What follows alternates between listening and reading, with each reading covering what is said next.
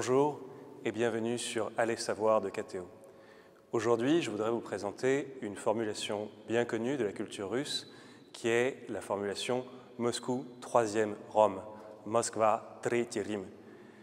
Alors c'est une formule qu'on conserve souvent à l'esprit pour désigner la spécificité de l'Empire russe et la manière dont la Russie s'est constituée elle-même comme un empire. Alors que signifie cette phrase? D'où vient-elle? Comment la comprendre? Comment l'interpréter? Et quelles ont été les conséquences de cette phrase sur l'histoire longue de la Russie? C'est ce qu'on va essayer de voir aujourd'hui. Tout d'abord, d'où vient-elle? Eh bien, elle vient d'une lettre qui a été envoyée par un moine qui s'appelle Philoté de Pskov au roi de Moscou qui s'appelait Ivan III en 1508. Dans cette lettre, le Philoté de Pskov a cette formule Dva Rima pali a tretий стоит, а четвертому не бывает. Deux Roms sont tombés, il n'y en aura pas de quatrième. Alors comment comprendre cette phrase encore une fois? Il faut revenir un petit peu avant dans l'histoire de l'Empire byzantin. Les Byzantins se sont conçus eux-mêmes comme le prolongement naturel de l'Empire romain. Après la chute de l'Empire romain d'Occident, ils sont devenus, comme chacun sait, l'Empire romain d'Orient. À ce titre, ils ont récupéré à leur compte le caractère universel de Rome, qu'ils entendaient prolonger avec leur propre doctrine, leur propre gouvernement et leur propre théocratie. Avec la chute de Constantinople de 1453, cette chute a donné lieu à une difficulté théologique majeure.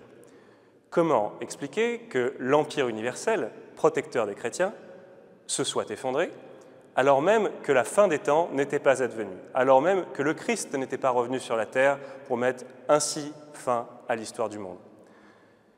Ce questionnement théologique majeur a donné lieu à de multiples controverses, et tout particulièrement à une anxiété au sein des autres pays de rite grec, au sein des autres pays de tradition orthodoxe, tout particulièrement en Russie.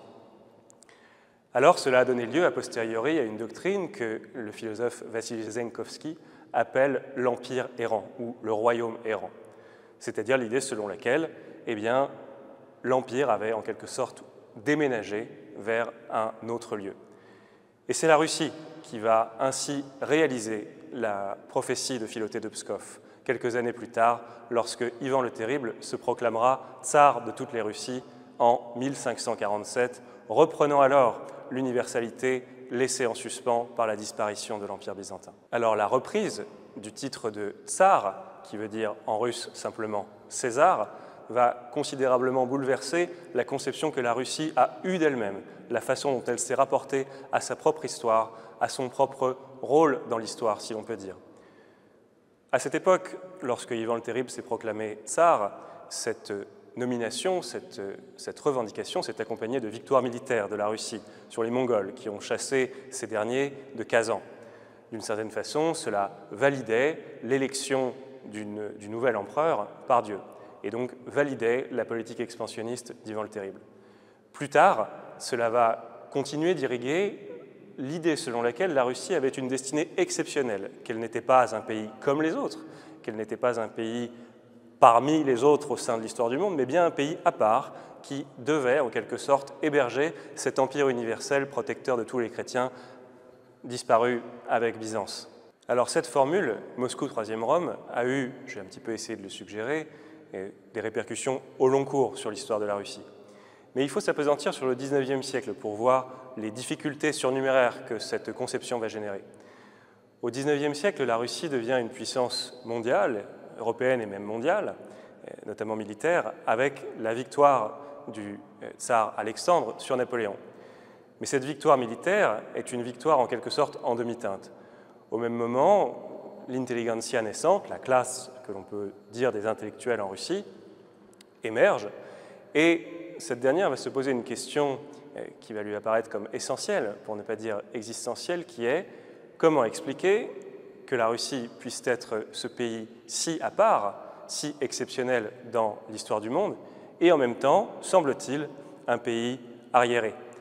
Arriéré, bien sûr, selon les critères de la modernité politique et philosophique issue de la Révolution française, pour laquelle l'intelligentsia va se passionner.